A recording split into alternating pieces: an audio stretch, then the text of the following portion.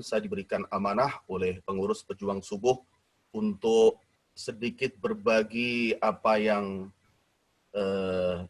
pernah kita pelajari bersama, yakni tafsir surat Al-Baqarah ayat 217 sampai 221. Mudah-mudahan sedikit yang saya share ini bermanfaat bagi kita semua.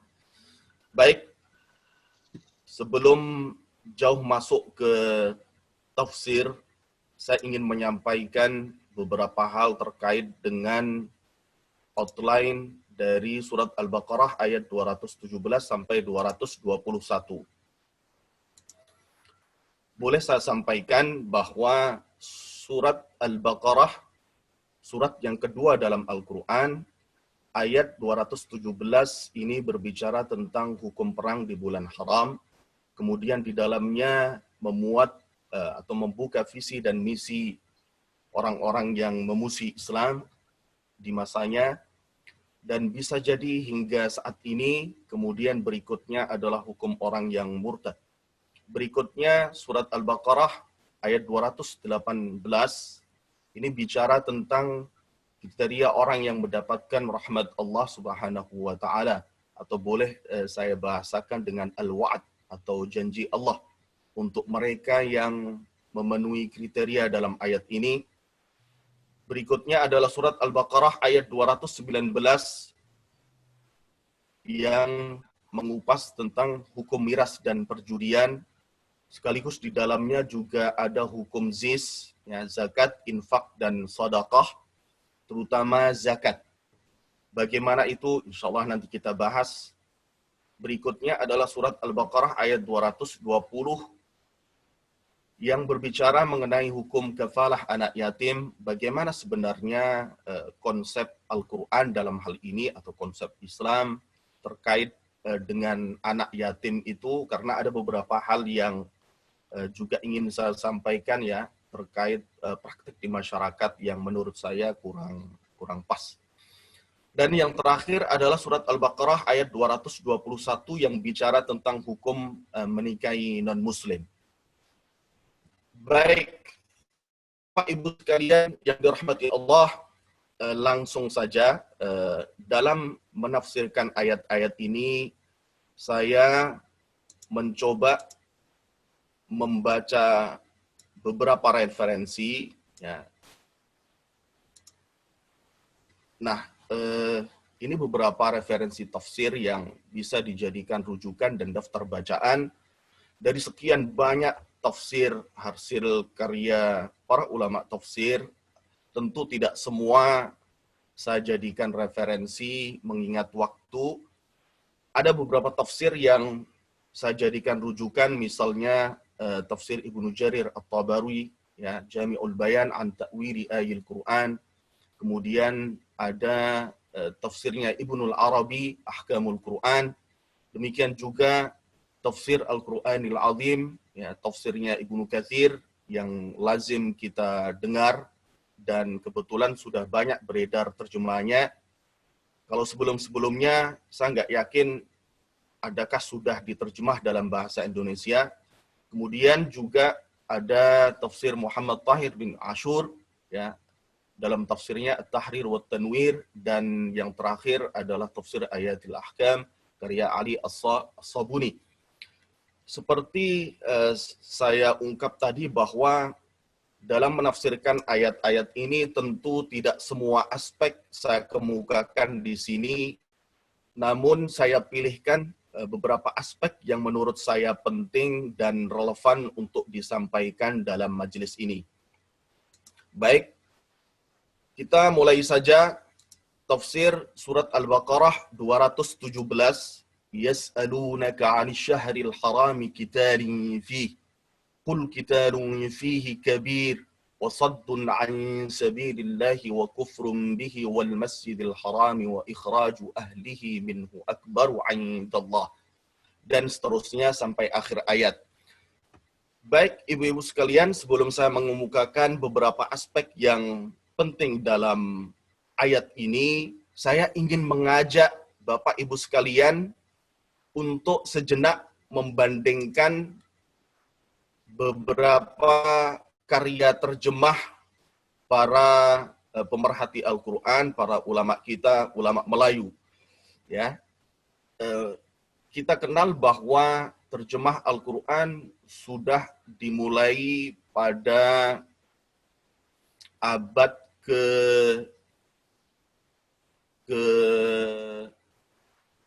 17-an ya, kalau tidak salah 17-18.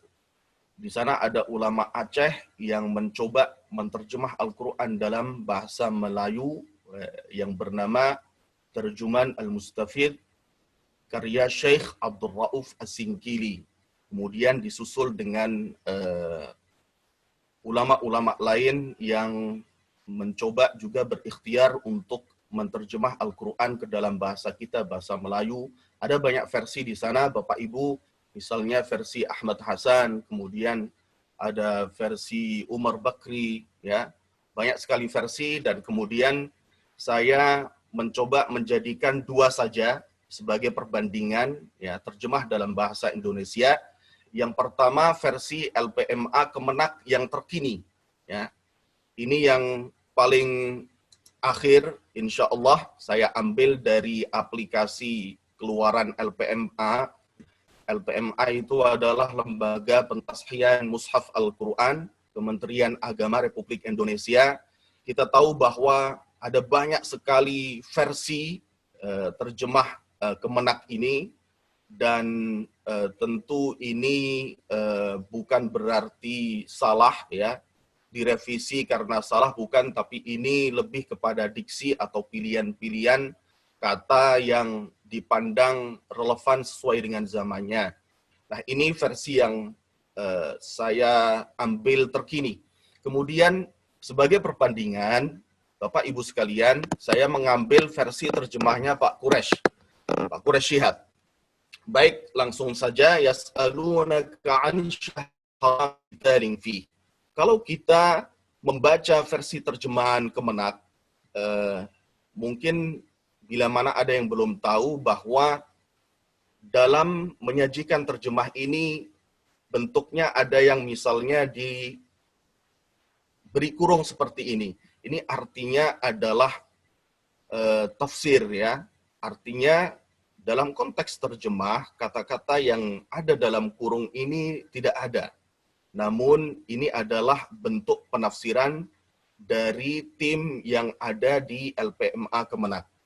Demikian juga di versi terjemahan Pak Quraisy ini, Bapak Ibu sekalian, sudah saya kasih tinta merah ini adalah menunjukkan bahwa ini adalah penafsiran dari Pak Quraisy di luar terjemah. Karena kalau kita bicara terjemah adalah sebuah aktivitas mengalih bahasakan dari satu bahasa ke bahasa yang lain, ya. Bahasa subjek dan objek dari terjemahan itu. Tentu menjadi sebuah keniscayaan bagi seorang penterjemah untuk menguasai baik bahasa subjek ataupun objek. Rasa-rasanya mustahil, ya, aktivitas terjemah itu bisa dilakukan bila mana seseorang tidak menguasai salah satu dari kedua, baik bahasa subjek maupun bahasa objek. Baik, yas'alunaka 'anil syahril harami qitalin fi. Mari kita bandingkan, mereka bertanya kepadamu, yas'alunaka. Nah, ka ini adalah dhamir yang kembali kepada Nabi Muhammad, Nabi besar kita sallallahu alaihi wasallam. Oleh karenanya diberi kurung karena tidak ada kata Muhammad dalam ayat tersebut. Yas'alunaka 'anil syahril harami qitalin fi, tentang berperang pada bulan haram. Nah, coba kita bandingkan dengan terjemah versi Pak Quraisy. Orang-orang muslim tidak suka berperang di bulan haram. Nah, ini Bapak Ibu sekalian, ini tidak ada dalam ayat tersebut redaksinya. Maka mereka pun bertanya kepadamu tentang hal itu. Nah, kalau Pak Quraisy tidak kemudian menyatakan di sini, ya, atau menambahkan kata Muhammad kepadamu di sini dalam dalam buka kurung Muhammad, namun langsung saja kepadamu tentang hal itu. Katakan ya berperang di bulan haram itu memang merupakan dosa besar. Ini mestinya dosa juga dikasih tinta merah Bapak Ibu, karena dalam ayatnya hanya disebut ismun kul fihima ismun kabir, ya maaf, sudah betul ya. Artinya dalam ayat tersebut yas'alunaka 'anil syahril harami qitalin fi qul qitalun fihi kabir. Oh ya, betul ya. Jadi tidak ada kata dosa dalam ayat tersebut. Katakanlah berperang dalam bulan itu ya. Kalau diterjemah Pak Kures, berperang di bulan haram itu. Kalau di sini berperang dalam bulan itu, karena sebelumnya sudah disebut bulan haram. Itu adalah dosa besar. Oleh karenanya dalam terjemah Kemenak, kata dosa diberi kurung karena memang tidak ada redaksinya dalam ayat tersebut. Wasaddun an sabilillahi wa kufrum bihi wal masjidil harami wa ikhraju ahlihi minhu akbaru indallah. Ya, diterjemah tetapi menghalangi orang dari jalan Allah, ingkar kepadanya, menghalangi orang masuk. Nah, ini adalah penafsiran dari tim LPMA. Masjidil Haram dan mengusir penduduk dari sekitarnya lebih besar dalam tanda kurung dosanya dalam pandangan Allah. Titik. Baik, mari kita bandingkan dengan terjemah versi Pak Kures. Tetapi ada yang lebih besar dari itu, yaitu, ya, ini adalah merupakan penafsiran dari Pak Kures. Oleh karenanya saya kasih tinta merah, menghalang-halangi jalan Allah dan Al-Masjidil Haram dan pengusiran umat Islam dari Mekah yang dilakukan oleh musuh-musuh Islam, penindasan musuh terhadap umat Islam untuk mengeluarkan mereka dari agamanya, itu lebih besar dari segala bentuk pembunuhan. Ya, panjang sekali penafsiran Pak Kures dalam ayat ini karena memang dimaklumi kalau kita terjemah secara letterlock, ya, ayat ini, ayat 217 memang akan sulit ya. Oleh karena itu, perang di bulan suci dibolehkan karena kejamnya kejahatan-kejahatan itu. Perang itu adalah sebuah pekerjaan berat demi menghindari sesuatu yang lebih besar. Ketahuilah, wahai umat atau orang-orang muslim, bahwa cara yang mereka tempuh adalah cara-cara curang. Mereka tidak menerima sikap adil dan logis yang kalian lakukan. Nah, ini adalah penafsiran Pak Pres, baru kemudian menyusul terjemah berikutnya, mereka masih akan memerangi sampai dapat mengeluarkan kalian dari agama Islam. Wala yazaluna yuqatilunakum hatta yaruddukum in istata'u. Maka orang-orang yang lemah menghadapi serangan mereka kemudian keluar dari Islam. Nah, kemudian keluar dari Islam, wa may yartadid minkum an dinihi fayamut wa huwa kafir. Nah, ini adalah terjemahan dari kemudian keluar dari Islam hingga mati dalam keadaan kafir. Pekerjaan saleh mereka di dunia, faulaika habitat a'maluhum fid dunya wal akhirah. Pekerjaan saleh mereka di dunia dan di akhirat akan sia-sia. Mereka adalah faulaika ashabun nari hum fiha khalidun. Mereka adalah penghuni neraka dan akan kekal di dalamnya. Baik, dari sini Bapak Ibu sekalian, bahwa terjemah memang tidak bisa kita jadikan referensi satu-satunya dalam memahami Al-Quran, namun hanya sebatas membantu ya pembaca untuk bisa memahami Al-Quran, kandungan Al-Quran. Berikutnya, kita mesti harus didampingi oleh seseorang yang telah belajar tafsir. Baik, ayat ini Bapak Ibu sekalian yang dirahmati oleh Allah, ya, memiliki sebab turun. Mohon maaf belum sempat saya kasih terjemahnya. Ba'atha Rasulullah sallallahu alaihi wasallam Abdullah ibni Jahas ala sariyatin liyatarassadu ayran li Quraisy fiha Amr ibnul Hadrami wa thalathatun ma'ahu. Jadi waktu itu Nabi mengutus sekelompok kecil ya pasukan yang dipimpin oleh Abdullah bin Jahash untuk memata-matai rombongan dari suku Quraisy. Faqataluhu wa asarru thnain. Sebenarnya tugas dari sekelompok pasukan kecil, tim kecil ini adalah liyatarassadu, artinya untuk memata-matai. Namun karena satu dan lain hal ternyata terjadi perang kecil di sana, faqataluhu. Jadi tim kecil ini kemudian membunuh Amr bin Al-Hadrami wa asarru thnain, dan menawan dua di antara mereka, wastaqul air, menyita barang bawaan mereka, bima fihi min tijarah, wa kana dzalika awwal yaumin min Rajab. Peristiwa itu terjadi pada awal bulan Rajab, wa hum yadhunnunahu min Jumada al-akhirah. Namun sahabat yang diutus oleh baginda Rasulullah Shallallahu Alaihi Wasallam ini menyangka waktu itu adalah masih Jumada al-akhirah. Kita tahu bahwa bulan-bulan haram itu ya tidak dijelaskan dalam ayat ini, ya, melainkan dijelaskan dalam surat At-Taubah ayat 36. Nah, ini bicara tentang korelasi antar ayat Al-Qur'an. Jadi a'udzubillahi minasyaitonir rajim, inna iddatus syuhuri 'indallahi 12 syahran fi kitabillah yauma khalaqas samawati wal arda minha arba'atun hurum.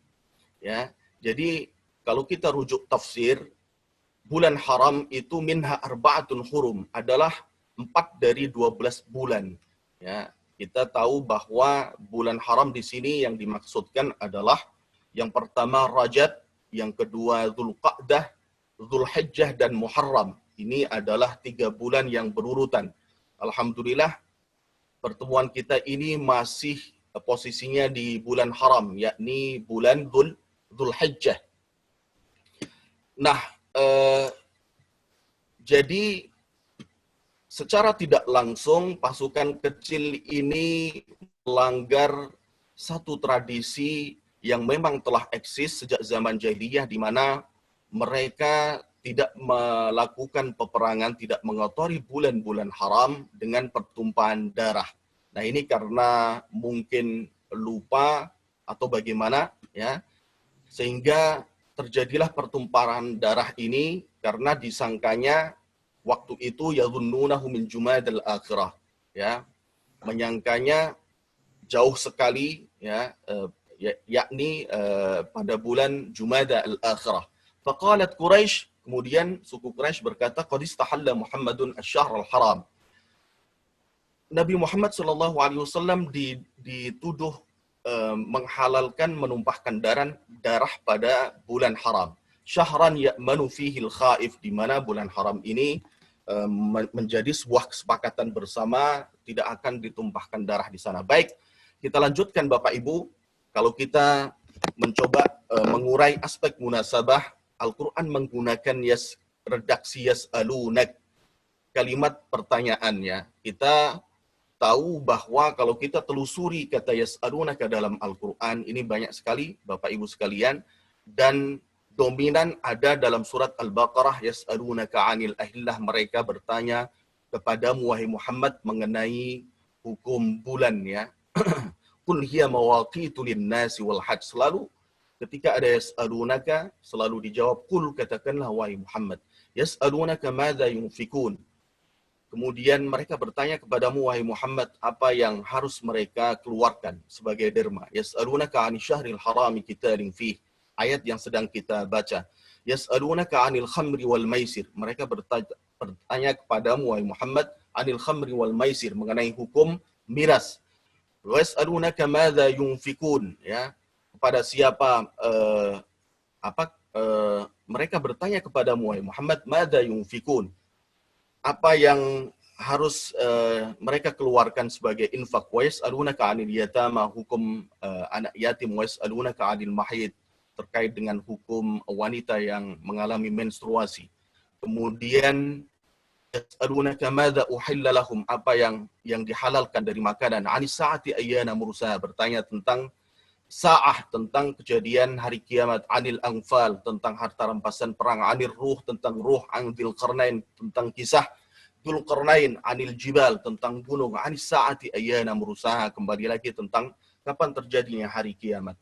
Artinya apa, Bapak Ibu, bahwa ketika kita memahami satu ayat saja, itu akan terhubung dengan banyak sekali ayat dalam Al-Quran, oleh karenanya kita tidak bisa memahami ayat Al-Quran secara parsial. Ini salah satu faedah dari munasabah atau korelasi antara ayat ini. Memahami ayat Al-Quran tidak secara parsial, multi komprehensif. Kemudian sebaran redaksi kata kunci terbanyak ada pada surat Al-Baqarah.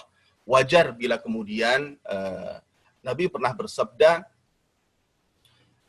man hafizal Baqarah jadda fina, atau kama qala. Jadi bila mana di antara para sahabat itu ada yang telah hafal, ya, memahami surat Al-Baqarah jadda fina, mereka dianggap tua, mereka dianggap senior meskipun secara umur mungkin masih junior. Kenapa? Karena surat Al-Baqarah banyak sekali memuat tentang hukum-hukum yang ada dalam Al-Quran atau yang ada dalam ajaran Islam. Dari sini kita bisa melihat bahwa yas'alunaka ini dominasi 99% adalah bicara tentang hukum. Baik, aspek berikutnya adalah aspek redaksional, yas'alunaka qul. Nah, dari bentuk redaksi yang berupa pertanyaan ini, Bapak Ibu sekalian, kita bisa mengambil beberapa faedah. Yang pertama, ingin memudahkan pembaca dengan mengungkap ayat dalam bentuk tanya jawab. Kemudian yang kedua, bukti bahwa ayat Al-Quran memiliki konteks berupa peristiwa yang melatar belakanginya. Ya. Oleh karenanya selalu pasti ada sebuah latar belakang di balik turunnya ayat yas'alunaka. Mereka bertanya kepadamu, wahai Muhammad, mengenai sebuah persoalan, sehingga Nabi harus menunggu wahyu dulu. Baru kemudian turun, qul, katakanlah wahai Muhammad. Artinya wahyu turun untuk menjawab pertanyaan tersebut. Berikutnya Al-Quran mengajak berdialog secara interaktif, karena ada komunikasi yang interaktif di sana, ada tanya dan kemudian ada jawaban. Berikutnya Al-Quran merespon kondisi sosial masyarakat pada masanya, sehingga Al-Quran perlu menjawab, memberikan jawaban atas berbagai macam persoalan yang terjadi pada masanya. Berikutnya, tidak semua pertanyaan direspon secara langsung oleh wahyu. Ada kalanya juga oleh hadis qudsi atau oleh hadis Rasulullah Shallallahu Alaihi Wasallam. Ya. Baik, adapun dalam bentuk redaksi yas'alunaka, ini kalau kita urai dari sisi tasrif, Bapak Ibu, yas'alunak, ya, sa'ala yas'alu su'alan, artinya bertanya. Sa'ala yas'alu ini adalah bentuk sighat mudhari' yang yufidu al-hal wal istiqbal, yang bermakna saat ini dan akan datang. Kenapa redaksi Al-Quran tidak dibuat pas, padahal pertanyaan ini sudah terjadi? Kenapa tidak menggunakan redaksi sa'aluka ya Muhammad, qul, gitu. Tapi menggunakan redaksi yas'alunaka, menggunakan redaksi hal dan istiqbal, masa kini dan akan mendatang. Ada beberapa faedah yang coba saya ambil. Misalnya yang pertama, objek pertanyaan bersifat dinamis dan tidak lekang oleh zaman. Kalau kita perhatikan Bapak Ibu, objek dari pertanyaan ini adalah sifatnya dinamis, ya. Tidak terkait dengan sesuatu yang akan terjadi. Sekedar contoh, pertanyaan tentang hari kiamat hingga detik ini pun masih terjadi. Alhamdulillah, kita syukuri kiamat belum terjadi 2012 yang diprediksi oleh banyak kalangan akan terjadi hari kiamat. Artinya selalu akan menjadi pertanyaan demikian. Berikutnya, faedah berikutnya adalah bukti bahwa ayat Al-Quran memiliki konteks berupa sebuah peristiwa yang melatar belakangnya. Ya. Berikutnya, Al-Quran mengajak berdialog secara interaktif. Seperti saya ulas tadi, ini adalah bentuk komunikasi yang interaktif, ada pertanyaan, ada jawaban.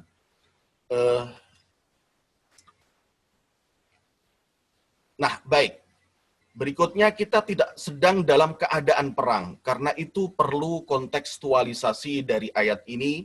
Misalnya, anjuran untuk memuliakan bulan-bulan haram dengan memperbanyak ibadah dan mempersedikit maksiat. Dan yang terakhir adalah bukti bahwa Al-Quran tidak lekang oleh waktu dan relevan dalam setiap situasi dan kondisi yang diungkapkan oleh para ulama dengan kalimat salihun likulli zamanin wa makan. Baik,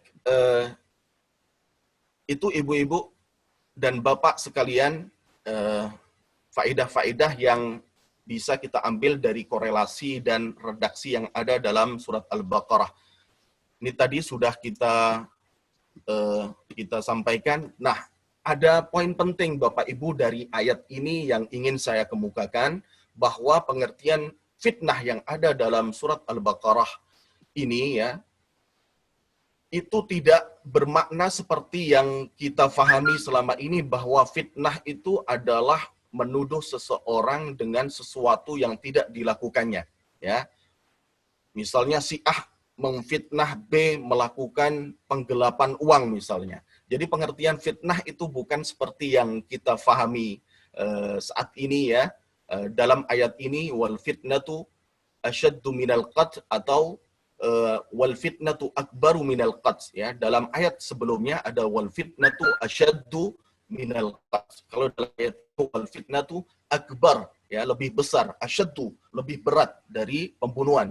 Nah, kalau kita rujuk beberapa tafsir yang tadi saya sebutkan, pengertian fitnah di sini adalah al-kufru billah wasyirku bihi wasaddu an sabilihi ablagh wa asyad wa a'zam wa atam minal qatl. Bahwa kekafiran dan kemusyrikan kemudian menghalang-halangi seseorang untuk berjuang di jalannya, itu sesungguhnya lebih berat, ya, dosanya di sisi Allah dari pembunuhan. Karena tadi konteksnya adalah orang-orang kafir Quraisy mempersoalkan kenapa terjadi pembunuhan yang dilakukan oleh sahabat, dan berikutnya kita tahu bahwa itu memang sebuah kesalahan ya dari personal tersebut. Namun Al-Quran ini ingin menegaskan bahwa kekafiran dan kemusyrikan, kemudian umat Islam dihalangi untuk bisa ke Masjidil Haram, ya, melakukan syariat Allah, itu sesungguhnya lebih berat dosanya dalam pandangan Allah Azza wa Jal daripada pembunuhan. Baik, ini menurut atau versi Ibnu Katsir, Bapak Ibu. Kemudian ada Ibnu Jarir At-Tabari, ya, yang kurang lebih substansinya sama. Wabtila'ul mu'min, ya, awalnya memang fitnah itu bermakna ujian atau cobaan, ya. Misalnya dalam surat Al-Ankabut ayat 1, hasiban nasu ayyutraku ayyaqulu amanna wa hum la yuftanun. Apakah orang-orang yang telah beriman itu menyangka tidak akan diuji setelah mereka mengucapkan kata iman, atau setelah mereka beriman, ya. Jadi la yuftanun ini secara redaksional bermakna al-ibtila wal ikhtibar, artinya ujian. Sebagaimana misalnya kita dalam sekolah dari SD ke SMP, ya, tentu setiap jenjang itu ada ujian. Nah, maksudnya di sini versi Ibnu Jarir At-Tabari kurang lebih sama, ibu-ibu, ya, dan bapak-bapak sekalian, ya, substansinya sama. Wabtila'ul mu'min fi dinihi hatta yarji'a anhu, ya. Ujian seorang mukmin dalam agamanya sehingga setelah beriman kemudian kafir atau musyrik lagi, itu sesungguhnya dalam pandangan Allah jauh lebih berat dosanya daripada pembunuhan. Namun tidak berarti pembunuhan di sini kemudian boleh dilakukan seenaknya, gitu ya. Nah, oleh karenanya kalau kita sedikit menyinggung ayat-ayat perang dalam Al-Quran, tentu ini sangat rigid, Bapak Ibu sekalian. Tidak terus kemudian setiap non-muslim, orang kafir kemudian kita perangi seperti itu, ya. Namun ada beberapa kriteria dalam yang disebut dalam Al-Quran, misalnya surat Al-Mumtahanah, ini salah satu informasi bahwa kita tidak boleh sembarang melakukan peperangan ya atau pembunuhan, tidak seperti jihad-jihad yang digaungkan oleh mereka yang mengaku ingin menegakkan syariat Islam ya. Di sini dikatakan orang-orang yang tidak mengusir dari walam yukhrijukum min diyarikum, dari rumah kita, kemudian menghalangi kita beribadah, itu justru malah kita dianjurkan untuk berbuat baik kepada mereka. Nah, ini saya kemukakan sedikit hadis Rasulullah SAW. Kalau kita mau baca sejarah membandingkan bagaimana teknik peperangan itu dilakukan, kita bisa membayangkan dengan membaca hadis ini betapa dalam melakukan peperangan umat Islam terikat dengan banyak sekali etika ya. Di sini disebutkan ya, tidak boleh la taqtulu syaikhan, enggak boleh bunuh orang tua, kemudian tiflan wala saghiran ya, anak kecil, wala mra'atan, kemudian wanita ya, kemudian enggak boleh berkhianat ya, enggak boleh kemudian membunuh tokoh-tokoh agama ashabus sawami', kemudian nggak boleh melakukan penzaliman pada jasad atau mayat yang sudah terbunuh seperti itu.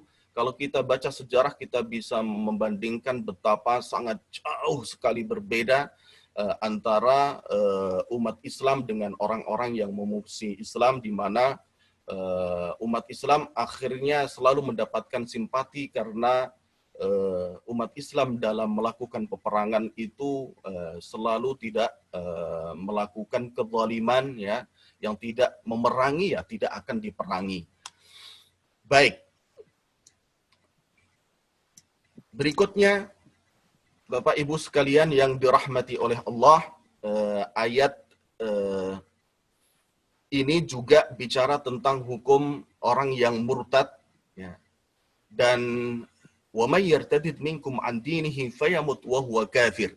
Ini berhubungan dengan misalnya ayat dalam surat Ali Imran, innal ladzina, batasan murtad itu innal ladzina kafaru, innal ladzina amanu thumma kafaru thumma amanu ya, sampai 3 kali. Selepas 3 kali maka ya Allah tidak akan menerima taubat orang yang murtad.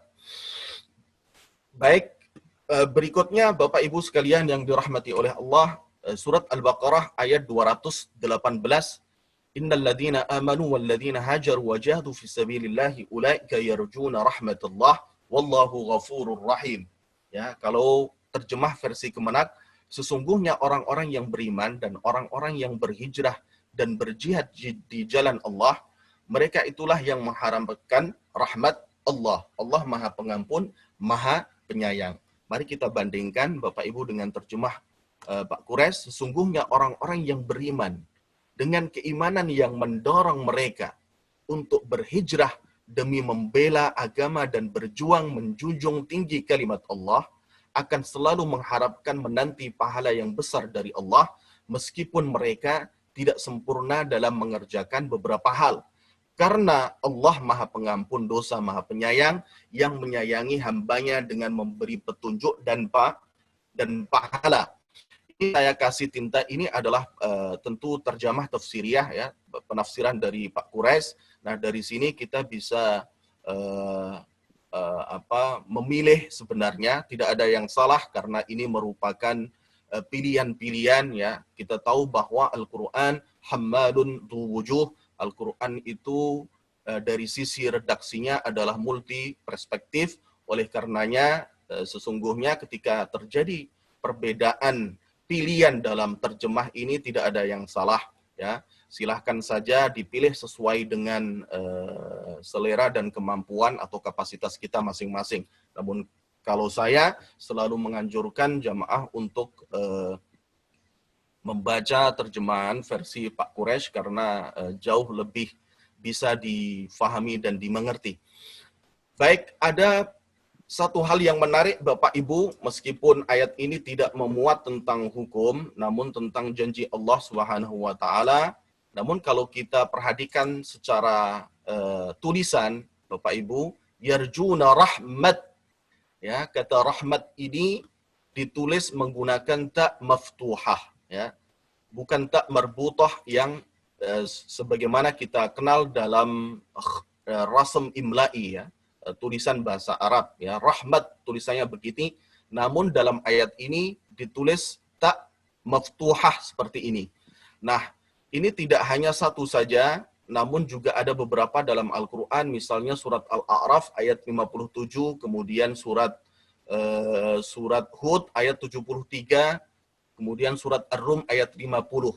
Nah, apa pesan di balik tulisan Al-Quran yang berbeda, ya? Karakter hurufnya ini, ya, matta, ini menggambarkan betapa luas rahmat dan kasih sayang Allah sebagaimana tergambar secara simbolik dalam penulisan ta yang bergaris atau berbentuk panjang, ya.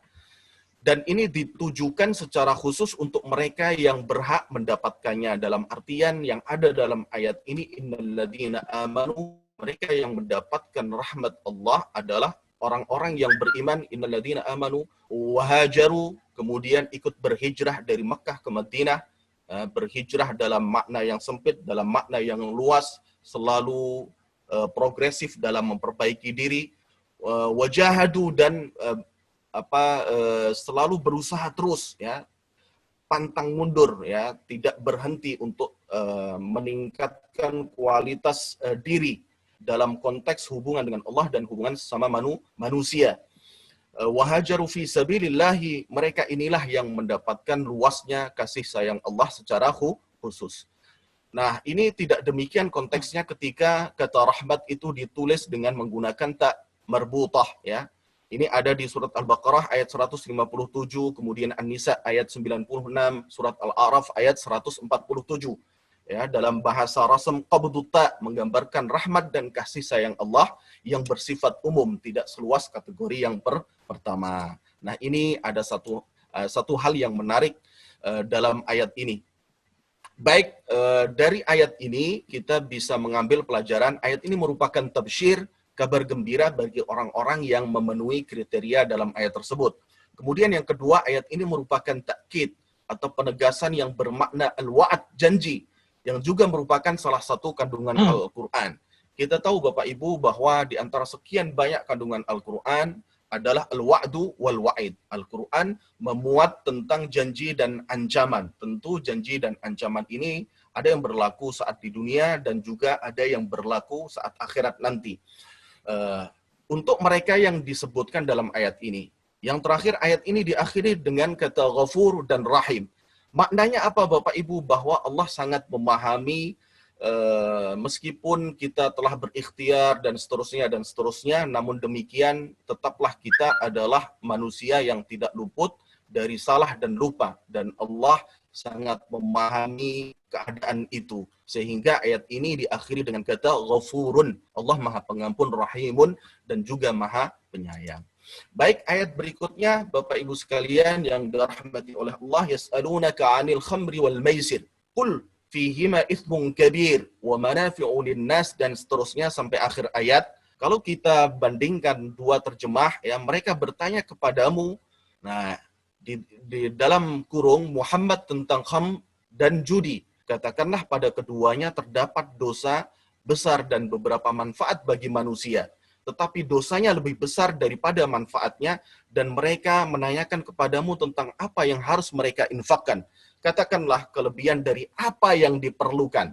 Nah, ini Bapak Ibu, dalam ayat ini terlihat jelas sekali bahwa pilihan diksi terjemah itu ada implikasinya, ya, ada implikasinya. Kalau LPMA misalnya katakanlah kelebihan dari apa yang diperlukan. Ya, nanti kita bahas lebih lanjut.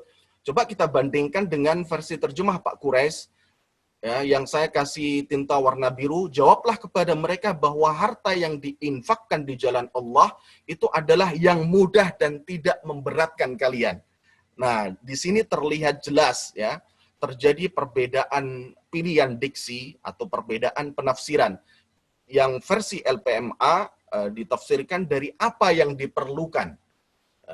Jadi prinsipnya zakat itu az-zakatu hiyal fudlah. Zakat itu hanya dikenakan untuk harta-harta yang memang lebih, ya. Lebih artinya apa? Nanti ada kriterianya secara fikih, harus mencapai nisab, kemudian mencapai haul, ya.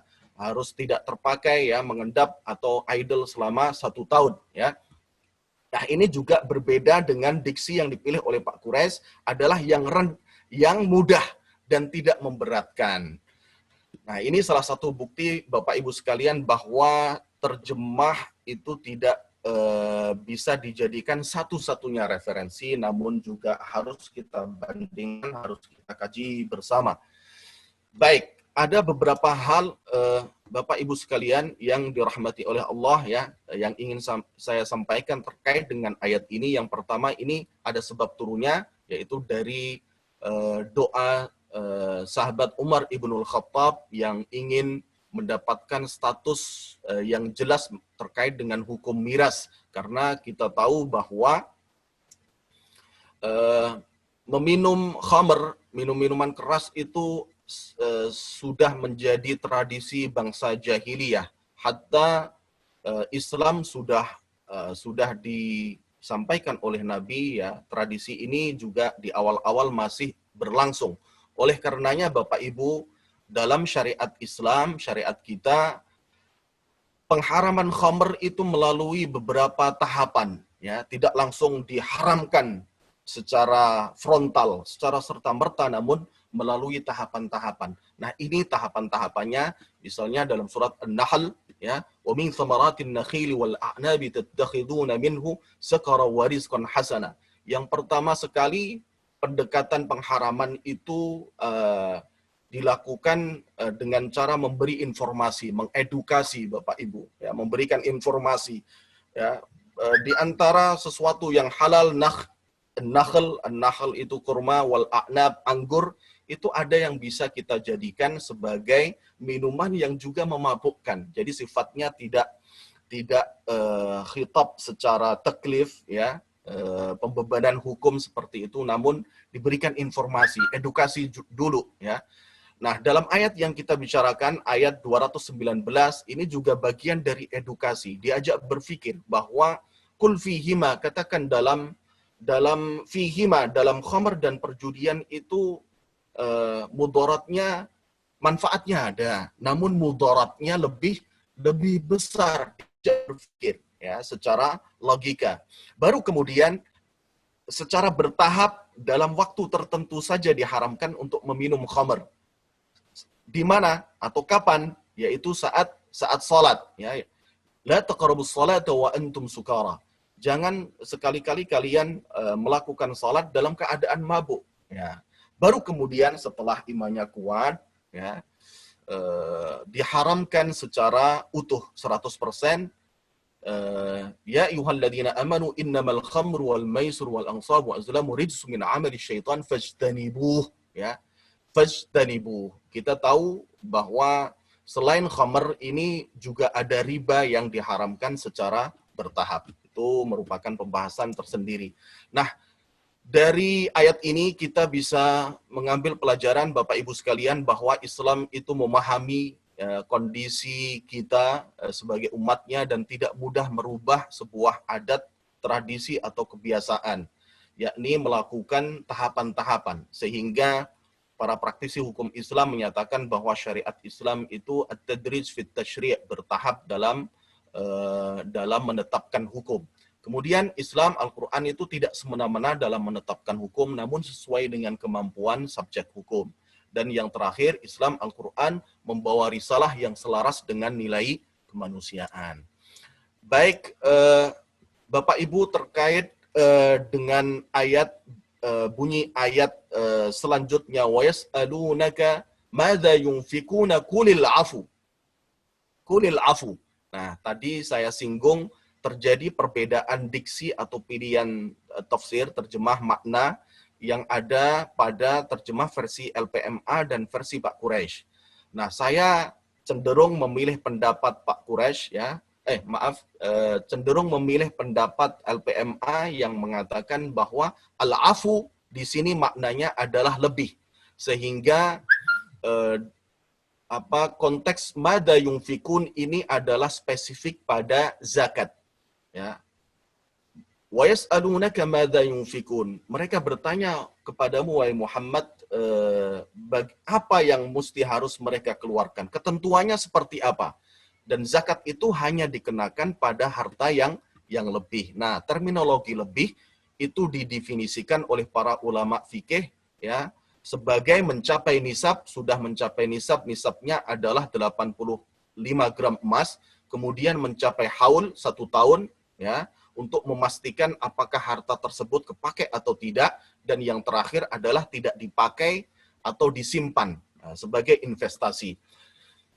Sehingga kalau kita rujuk kitab tafsir, Bapak Ibu sekalian, al-afu itu bermakna al-fadlu wa ziyadatu 'alal hajah, sesuatu yang lebih dari hajat daruriyah, dari kebutuhan daruri yang sifatnya sehari-hari, dari apa yang kita pakai yang sifatnya investasi, itulah yang harus dikeluarkan zakatnya. Sehingga ada sebuah kaidah yang membantu kita untuk memahami tentang zakat itu adalah zakatu hiyal fudlah.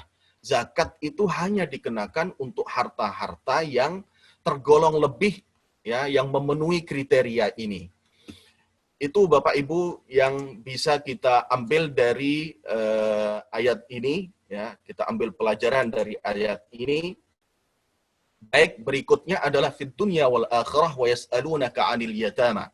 Nah, ini ada perbedaan diksi ya antara terjemah versi LPMA dan Pak Quraisy Shihab ya. Intinya adalah ini bicara tentang hukum yang ideal terkait dengan anak yatim.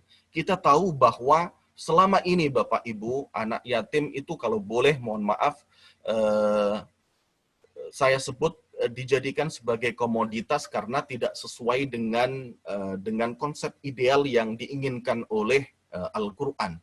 Maksudnya bagaimana kalau selama ini anak yatim hanya disantuni sesekali saja, setahun sekali ya, sekian bulan sekali, sehingga di waktu jedanya mereka harus berpuasa. Nah, dalam ayat ini kita bisa mengambil sebuah pelajaran bahwa konsep yang ideal itu adalah bentuknya adalah kafalah. Kafalah itu artinya jaminan atau tanggungan. Kafalatul yatama artinya menanggung dan menjamin kehidupan anak yatim dalam segala aspeknya, ya, kehidupannya, pendidikannya, ya, kebutuhan secara psikologis. Wajar kalau kemudian Bapak Ibu ya, redaksi yang digunakan oleh baginda Rasulullah Shallallahu Alaihi Wasallam terkait dengan anak yatim ini adalah kafil. Ana wa kafilul yatim fil jannah kahada. Ana wa kafil. Ya, dari kata kafala yakfulu kafalatan. Artinya menjamin. Ya. Nah, sehingga bisa kita ambil pelajaran. Yang pertama, konsep ideal terhadap anak yatim adalah kafalah. Artinya ya kita jamin kehidupannya.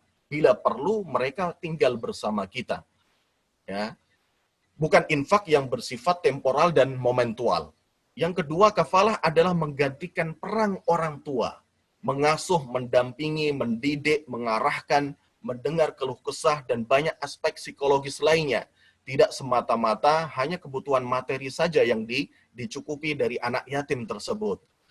Nah, meskipun demikian, ya, yang ketiga, salah satu hikmah kenapa ayat poligami yang ditempatkan di antara ayat-ayat tentang anak yatim, ya. Jadi ayat poligami dalam awal surat An-Nisa itu ditempatkan di tengah-tengah anak yatim. Fa in khiftum alla tuqsitu fil yatama fankihu ma taba lakum minan nisa. Kalau kalian khawatir tidak bisa berbuat adil memisahkan harta kita dengan harta anak yatim yang tinggal serumah, maka untuk membuat halal harta anak yatim itu ya kita nikahi. Meskipun mereka anak asuh, sekali lagi anak yang kita jamin kehidupannya, namun demikian tetap bukan muhrim dan halal untuk dinikahi. Baik, ini Bapak Ibu yang bisa kita ambil dari ayat ini. Berikutnya adalah surat Al-Baqarah ayat 221, wala tankihul musyrikati hatta yu'min wala amatun mu'minatun khairum min musyrikati walau a'jabatkum, sampai akhir ayat. Ini terjemahan versi LPMA dan versi Pak Quraisy, ya. Nah, ada diksi yang menurut saya agak janggal dalam terjemah ayat ini, Bapak Ibu, ya. Mari kita perhatikan, ya, versi LPMA atau Kemenak. Dan janganlah kamu nikahkan orang laki-laki musyrik dengan perempuan yang beriman. Mari kita bandingkan dengan versi Pak Quraisy, ya. Dan seorang mukmin, nah ini, dan seorang mukmin yang mempunyai hak perwalian juga tidak boleh menikahkan wanita dengan seorang musyrik yang tidak beriman pada kitab-kitab suci. Nah, ini masing-masing ada implikasinya, Bapak Ibu. Perbedaan diksi ini karena memang terjadi perbedaan redaksi pada wala tankihu, dari kata nakaha, nakaha yankihu nikahan wala tankihu al-musyrikat. Sedangkan redaksi berikutnya wala tunkihu al-musyrikin. Nah, maksudnya apa? Wala tankihu dengan menggunakan redaksi mujarrad, ya, sulasi mujarrad, ya, kalimat yang asal ini nakaha yankihu ini bermakna objek ayat itu para lelaki, calon suami dapat menikahi wanita mana saja yang menjadi pilihannya, yang disukai, ya. Nah, ini berbeda dengan redaksi wala tunkihu dari kata angkaha yunkihu inkah, ya, mazid biharfin ala wazni af'ala yuf'ilu if'al. Nah, ini bermakna objek ayat adalah para ayah atau wali mujmir. Siapa mereka? Al-ubuwah wa in'ala. Bapak, kakek, kemudian ke samping, ya, saudara laki-laki, ayah atau paman untuk menikahkan anaknya, ya, kalau posisinya sebagai ayah, cucunya kalau posisinya sebagai kakek, dan ponakannya kalau posisinya ayahnya sudah tiada, kemudian kakeknya sudah tidak tiada. Nah, ini adalah paman posisinya, keponakannya dengan lelaki yang telah meminangnya. Baik, terlepas dari perbedaan apakah boleh menikahi ahlul kitab, apakah ahlul kitab itu ada atau tidak, saya ingin mengajak sedikit berpikir ibu-ibu dan bapak sekalian terkait dengan pernikahan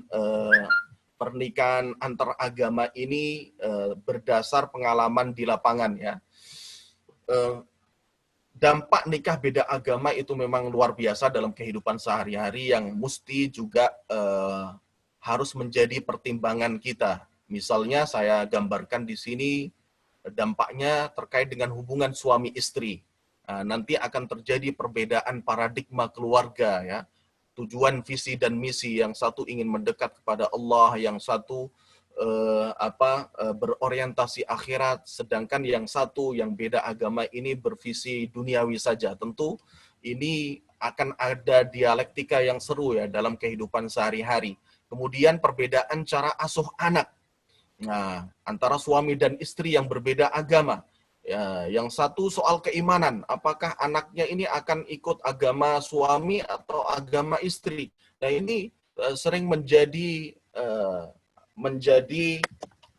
sebab kekisruan dalam rumah tangga, ya.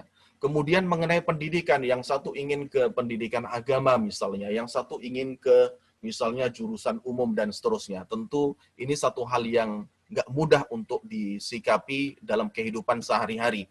Kemudian yang menyangkut dengan ubudiyah misalnya, soal najis. Nah, ini ada perbedaan pendapat tentunya, ya, yang juga perbedaan ideologi, ya.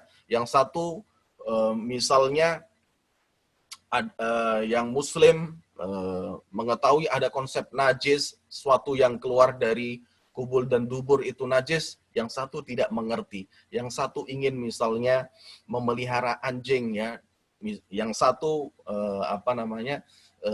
mengatakan bahwa itu nggak bisa atau najis dan seterusnya. Kemudian soal makanan, ya, yang satu ingin ke restoran A, ya, yang halal, yang satu nggak penting halal itu. Nah, ini tentu satu hal yang perlu dipertimbangkan sebelum siapapun dia yang berkepentingan ya menikah beda agama. Belum lagi menyangkut interaksi sosial, hak waris, ya, nanti juga ada hukumnya tersendiri.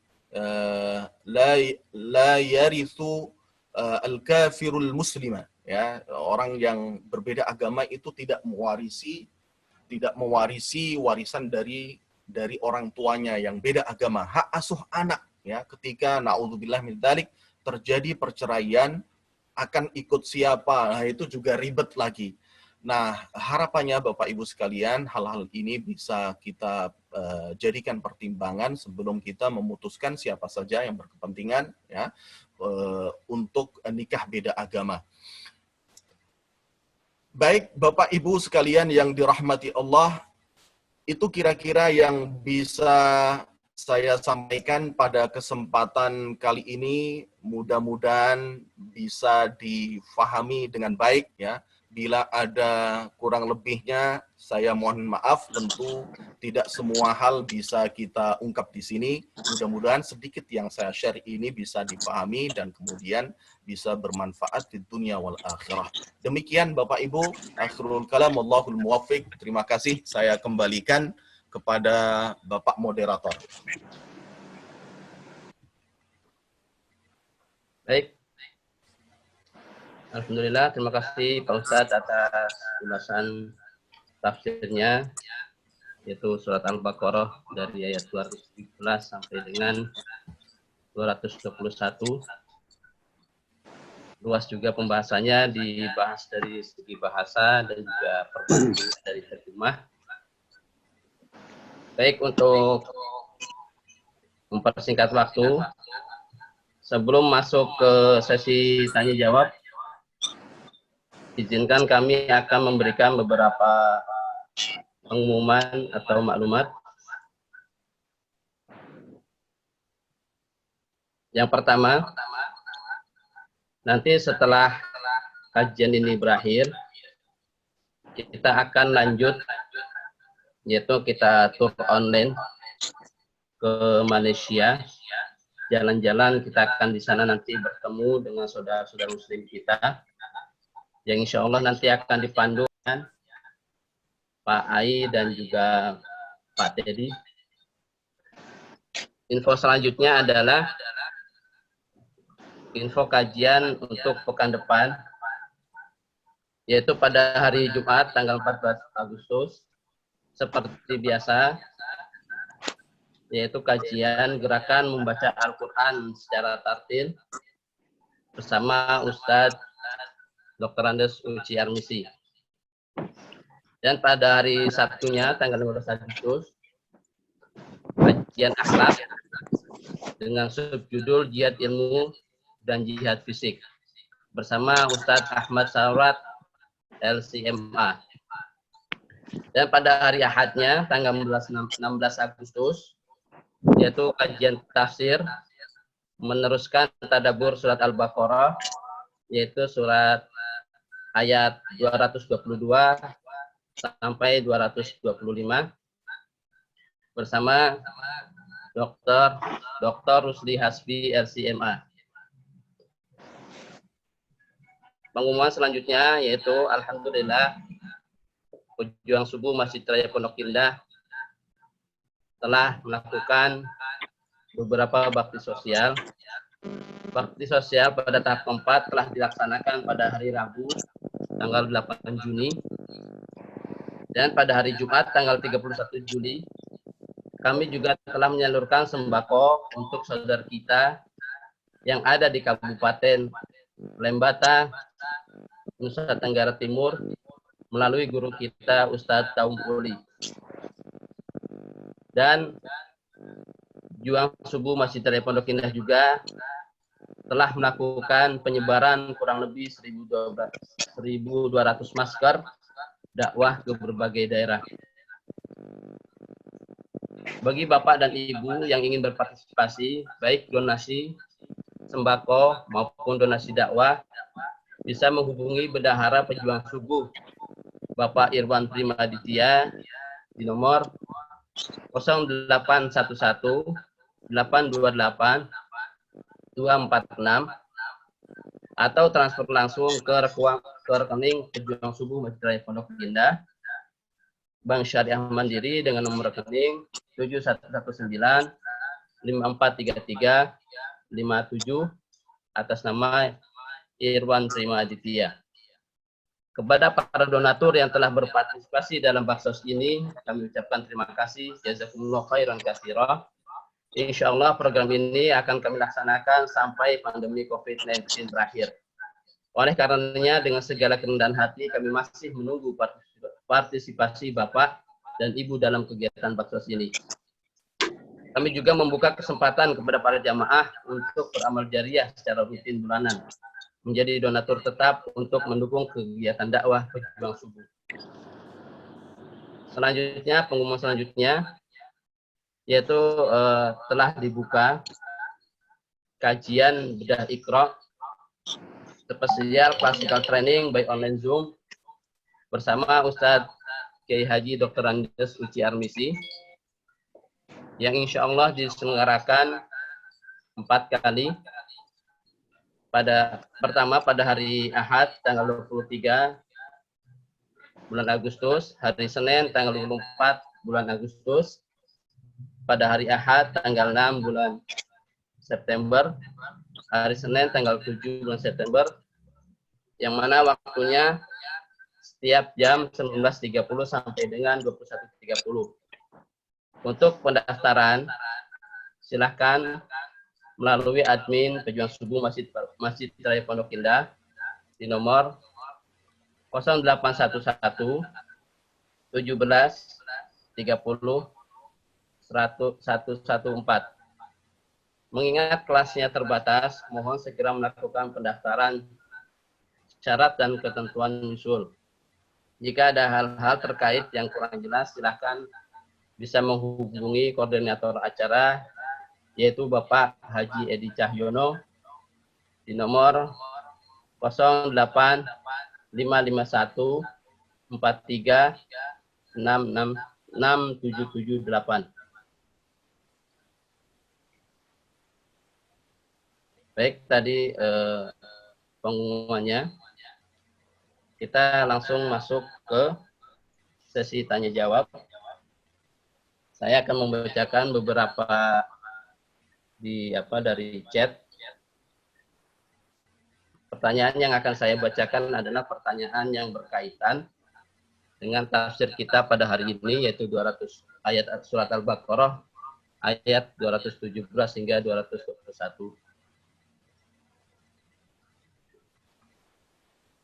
Yang pertama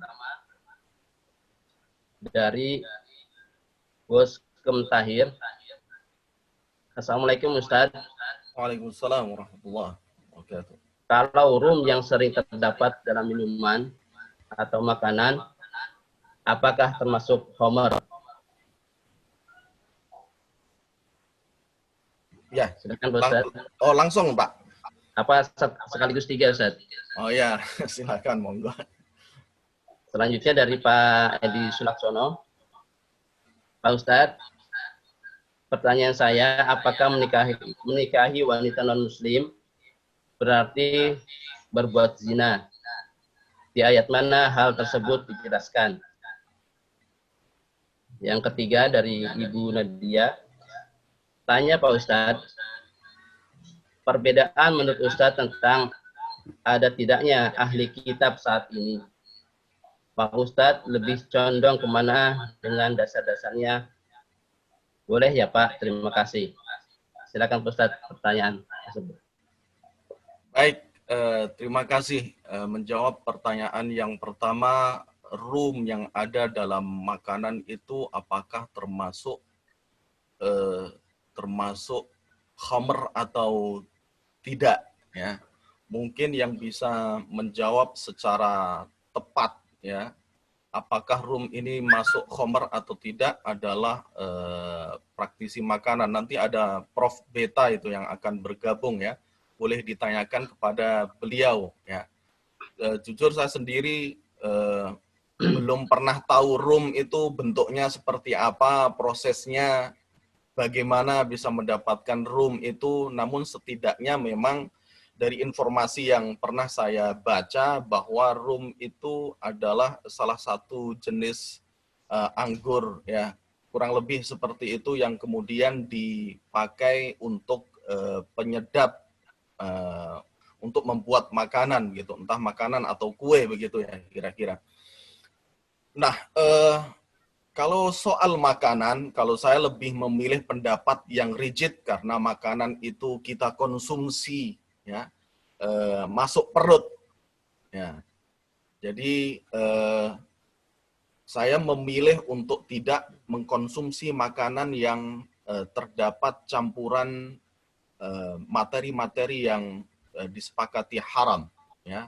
Dalam hal ini adalah khamr. Namun harus juga kita pertimbangkan, kita lihat bahwa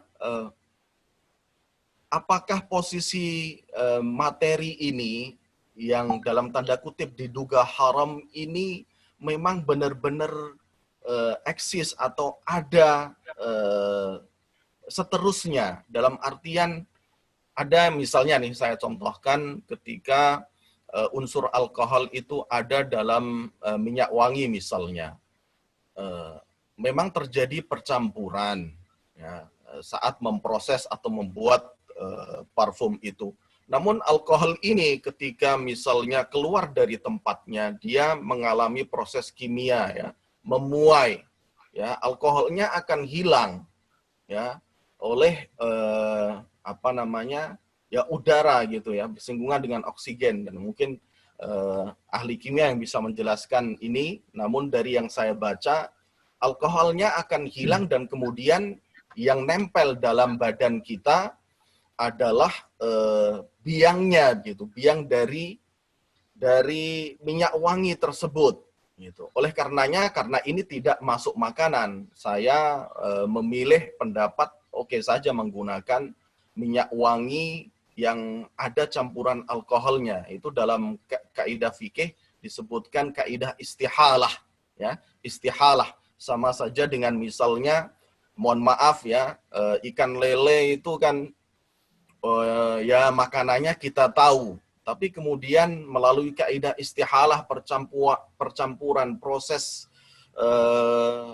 kimia yang sedemikian rupa ya, diproses dalam dan seterusnya, dagingnya juga kita makan kan begitu ya. Jadi kalau saya ditanya pilih mana, maka kalau untuk makanan ya saya cenderung memilih yang memang aman sekali ya, 100% halal, tidak hanya halal tapi juga thayyib.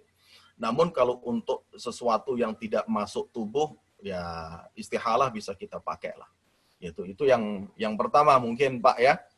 Kemudian yang kedua tadi soal apa ya Pak?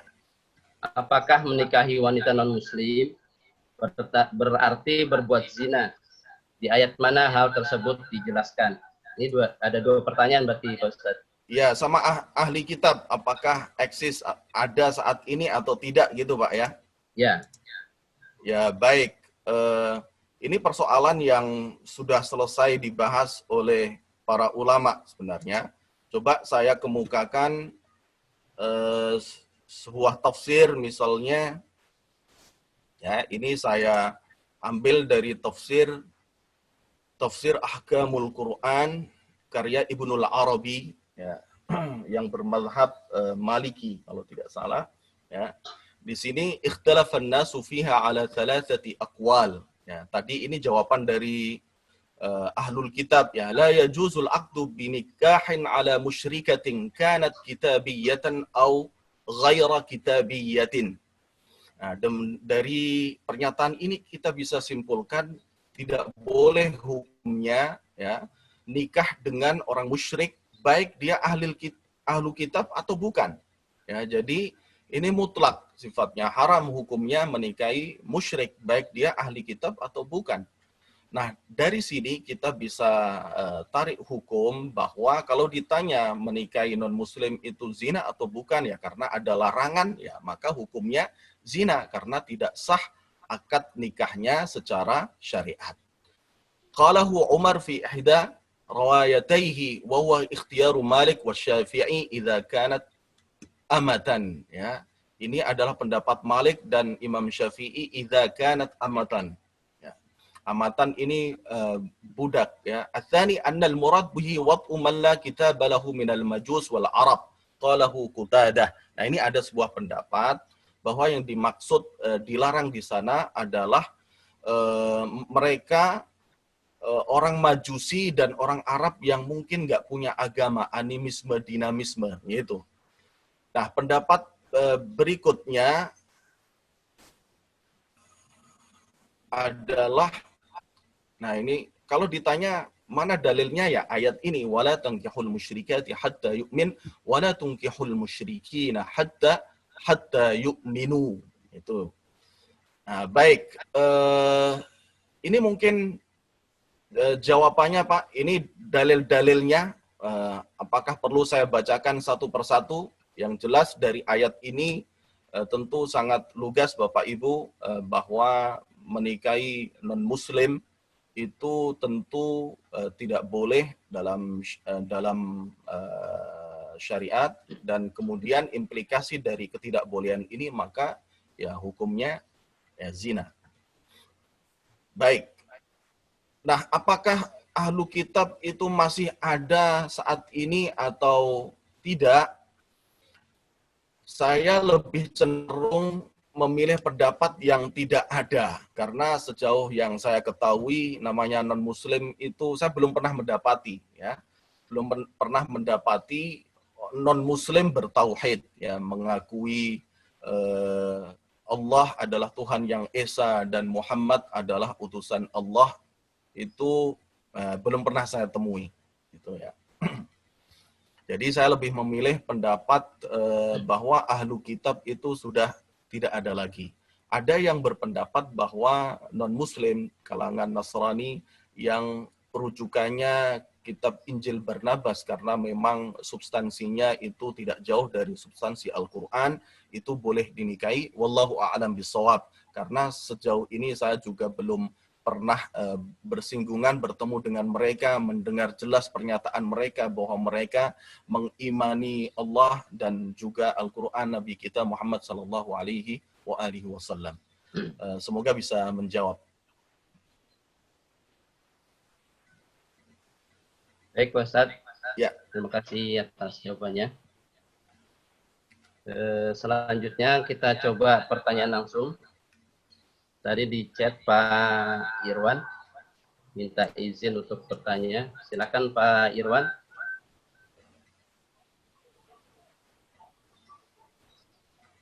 Di unmute dulu Pak Irwan. Pendek aja ya Pak. Ya, ya. Dalam ayat satu ayat ini ada dua pertanyaan Pak. 219. Ya, bahwa dikatakan dalam hamar dan judi ya Pak. Jadi ya, baik hamar maupun judi. Ya. Itu dua-duanya terdapat dosa besar dan terdapat manfaatnya gitu Pak. Ya, ada manfaatnya. Mungkin kalau hamar ya kita kebayang pasti ada sedikit-sedikit manfaatnya, kayak alkohol itu bisa untuk penyembuhan segala macam gitu Pak. Ya. Cuma dalam hal ini juga judi Pak dipandang terdapat manfaatnya juga gitu Pak. Nah mungkin Pak Ustadz ada gambaran itu yang dimaksud manfaat itu apa gitu dari aspek apa gitu. Nah kedua dalam satu ayat ini terjadi transisi gitu Pak. Di sepenggal pertama ayat ini membicarakan mengenai hamar dan judi. Iya. Tiba-tiba dia transisi membicarakan mengenai infak gitu Pak, bahwa ada menanyakan mengenai infak gitu. Pasti saya bayangannya ada korelasinya kan Pak antara hamar dan judi. Oh Iya, betul. Baik, itu aja Pak arahannya Pak Ustadz. Terima kasih. Baik, langsung saya jawab ya dulu. Baik, kalau kita baca tafsir Pak Irwan, ada banyak informasi saya bilang tadi di awal di sana yang tidak bisa satu persatu saya kemukakan karena keterbatasan waktu ya. Iya, betul. Terlalu banyak ayatnya Pak. Baik, jadi menjawab pertanyaan qul fihima itsmun kabiru wa manafi'u lin-nasi wa itsmuhuma akbaru min naf'ihima. Dikatakan ada manfaat ya, baik dari sisi khamar maupun dari sisi judi ya.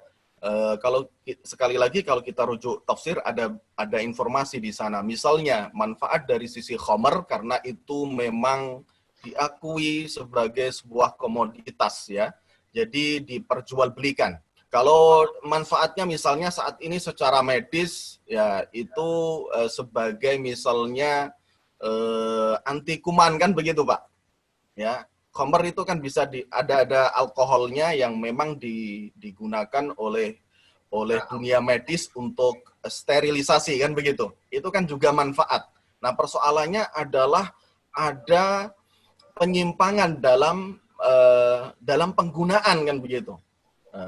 Nah, sama juga misalnya ganja dengan segala macam variannya.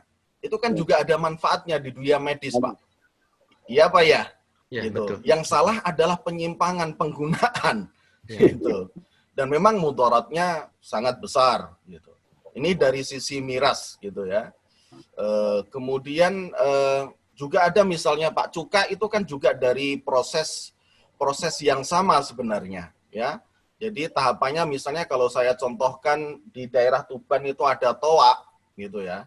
Toa itu sejenis minuman yang diekstrak dari buah ental, ya, itu kalau didiamkan 2-3 hari menjadi khomer, Pak.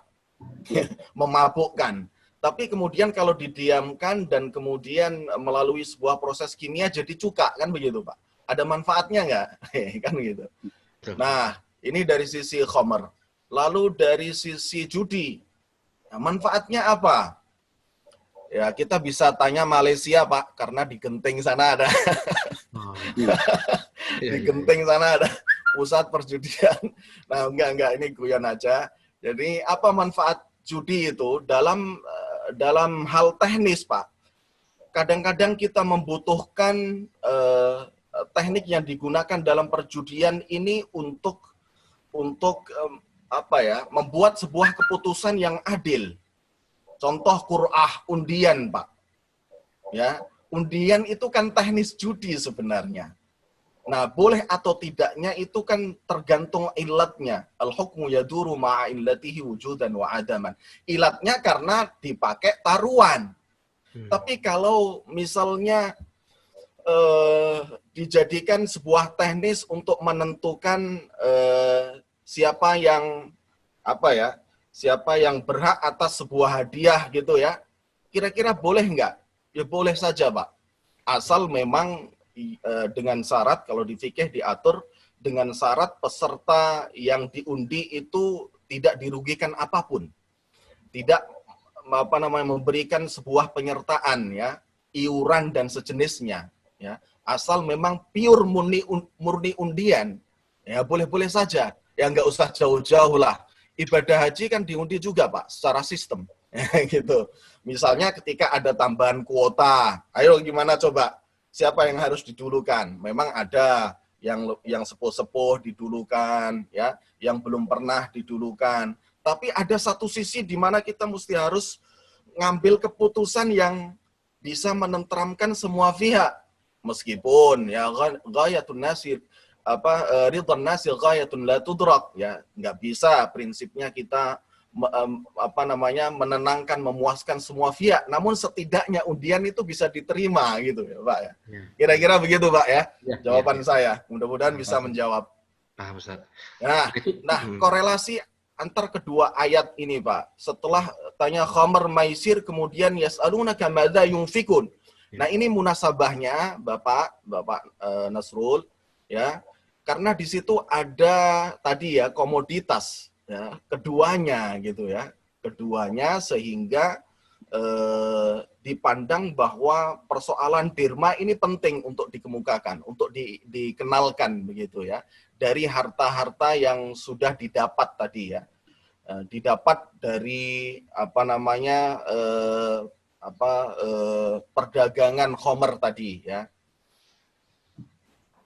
Nah, meskipun memang ada syariat agar kita anfiku min thayyibati ma kasabtum. Ini ayat yang lain, anfiku min thayyibati ma kasabtum, agar kita dalam berderma itu memilih harta kita yang bisa kita pastikan itu didapatkan secara syar'i ya, tidak melanggar ketentuan agama gitu, yang terbaik gitu ya, bukan yang kotor-kotor malah dikeluarkan kan begitu. Ya, ini panjang pembahasannya di fikih, Pak. Baik. Mudah-mudahan bisa menjawab Pak Irwan. Terima kasih Pak Ustadz. Nggih, sami-sami, nggih, monggo. Monggo. Baik, terima kasih Pak Ustadz. Tadi mungkin Pak Reddy dilanjut Pak. Oke, baik, terima kasih. Langsung aja Pak, karena waktunya ada mepet ya Pak ya. Nggih, monggo, silakan. Kan banyak, ini ada 5 pertanyaan, tapi saya coba singkat pertanyaan. Di ayat Al-Baqarah 217 tadi disampaikan mengenai larangan berperang dalam bulan haram. Jadi pertanyaan sendiri sebenarnya kenapa diharamkan berperang dalam 4 bulan tersebut? Kaitan dengan perang juga adalah mengenai pasukannya.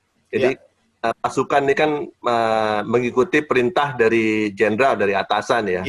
Kalau dia tahu bahwa berperang pada sesuatu yang tidak benar, apakah itu dia termasuk dalam melakukan dosa besar? Karena kita tahu bahwa membunuh manusia itu adalah dosa besar, dan juga fitnah dalam ayat ini juga disebutkan fitnah lebih besar dosanya daripada membunuh, Mbak ya.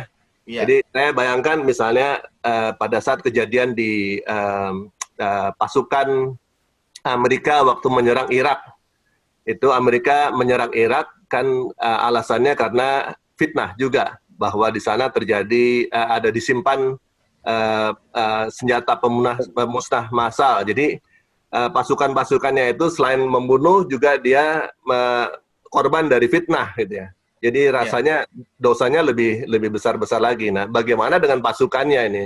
Apakah dia berdosanya berlipat-lipat juga seperti dosanya dari si pemimpin ya? Pemimpinnya mungkin presidennya malah lebih besar lagi.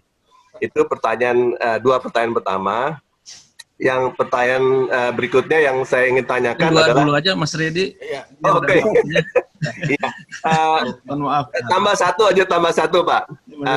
Ini yang mungkin menarik Pak ya, selalu dalam diskusi, banyak diskusi, yaitu berkaitan dengan ayat Al-Baqarah 221 tadi, bahwa dilarang menikahi wanita musyrik. Sementara ada ayat Al-Maidah ayat 5, surat Al-Maidah ayat 5, bahwa dihalalkan bagi kita untuk menikahi wanita ahli kitab. Jadi banyak yang berpendapat bahwa ahli kitab musyrik, padahal kalau kita lihat pada saat zaman Rasulullah itu, ahli kitab dalam hal ini Nasrani itu juga sudah mengakui Tuhan yang Tuhan yang 3. Jadi mereka sudah mengakui Tuhan yang 3. Artinya mereka sudah dibilang musyrik. Tapi ayat Al-Maidah itu mengatakan boleh gitu ya, kalau mengawini Nasrani. Jadi ada yang mendapat bahwa itu dikecualikan dalam apa? Ya, baik Pak. Mafhum. Ini. Itu 3 pertanyaan.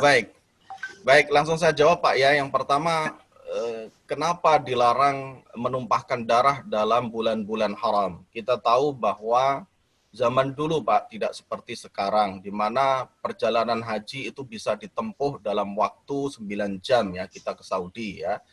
Dan bisa saja haji itu hanya 1 minggu saja ya, selama mulai dari tanggal 8 sampai 13 Dzulhijjah. Itu berapa hari Pak? Kan cuma sedikit sebentar ya, nyampainya juga 9 jam.